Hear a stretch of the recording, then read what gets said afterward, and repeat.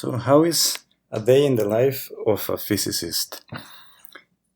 Well, first I have to tell you that there's many different kinds of physicists.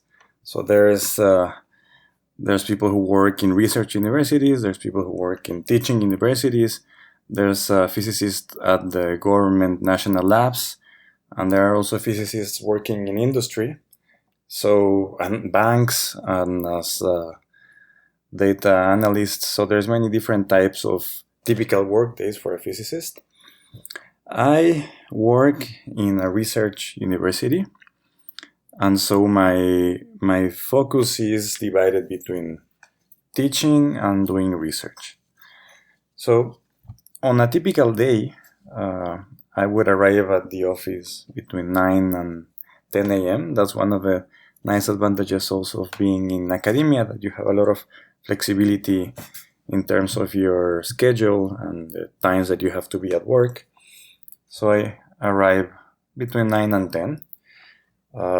In the morning, my brain is typically much slower, so I prefer to take things of administration or answering emails, doing paperwork, reading things that don't need a lot of focus in the morning. So I would typically do that. Then as the day progresses, I keep working. Most of my work is done on a computer. I'm a computational physicist or a numerical analyst. So most of my work has to do with writing computer programs, debugging, trying to find when things are not working. Most of the time is spent actually that way.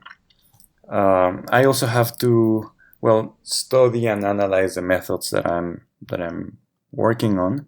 So I have to do also some reading, some writing. Once the experiments and the new research is done, you actually have to communicate it to peers. So you have to write a scientific article. So sometimes that's also what I have to do. Then all throughout the day, there's also the teaching component. So there's some days of the week where you actually have to teach. And then, teaching is much more than just going to class and spending some time in front of the students. You have to prepare classes. And so typically, you sit down, you read the subject that you're going to present, you decide what topics are you going to explain to the students, in what order, what are good examples, good exercises, you think about the homeworks that you're going to assign. So that's the teaching preparation. Then, of course, you have to go to the classroom, and that's often, at least from my point of view, the funnest part of teaching, being at the board and interacting with students and seeing how they progress and answering questions. That's actually the best part of teaching. But then there's also many other things that have to be done outside of that. So there's office hours, where you have to be available in your office for students to come and ask questions. If they need extra explanations or some further exercises to master the material, you have to be available. And so normally you have to be around 3 hours a week available for that.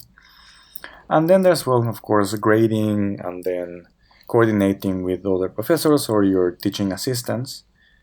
So that takes several hours of the day, and sometimes that's all scattered throughout the day. So it's not that you just sit down and take care of your teaching in a block of 4 hours with little things here and there. Another thing that is also very rewarding related to teaching, but is not directly related to being in the classroom, is mentoring.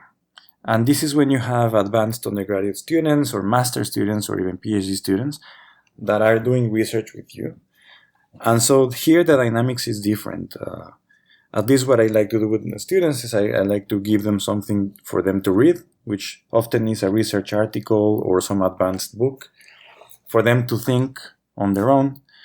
And then they come from time to time and with questions or to show the progress of the research. And sometimes you actually need to sit down and see their computer code or listen to the analysis that they have made and see if everything is working correctly. And so this also takes, this can take a lot of time, but it's also very exciting, very rewarding. Other things that an academic physicist in a research university does, there is often seminars, and this is very important professionally. So in order to spread knowledge, many universities have these weekly meetings where they invite an external speaker to present their most recent research. And so the visitor comes typically for one full day, sometimes even 2 days. They give a research talk that typically lasts for about an hour, 45 minutes plus 15 minutes of questions. And but whenever the visitor is around, it's also good to, that's a good opportunity to talk and maybe establish collaborations or really to see what's going on your discipline. So the speaker normally walks around the offices of professors at the university, and you have to host them for an hour or two, go for dinner, go for lunch. But this is really a great opportunity to talk in a more direct environment and to be able to exchange ideas, ask many questions. So this is actually something that is very important. And well, it takes some time as well. So on a typical day, I would divide my time from 9 or 10 a.m. that I arrive to the office until around 9 p.m., a little bit before that, between all those things.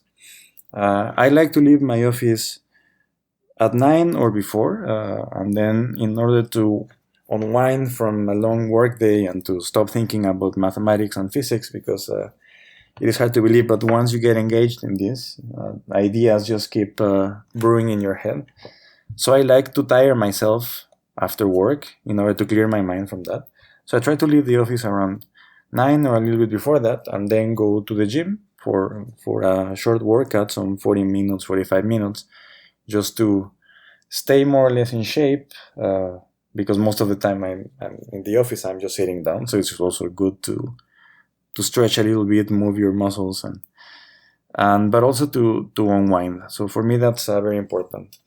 And so I'm done with that around 10 p.m. and then I can just go home, and I'm a late night person. So for me, from 10 p.m. to 2 or 3 a.m., there's still plenty of time to enjoy outside of the office. So, of course, people who work on labs or experimental physicists that work in a university, they have also a very different work day. But this is, for me, that I'm a computational or theoretical physicist, that would be my typical work day.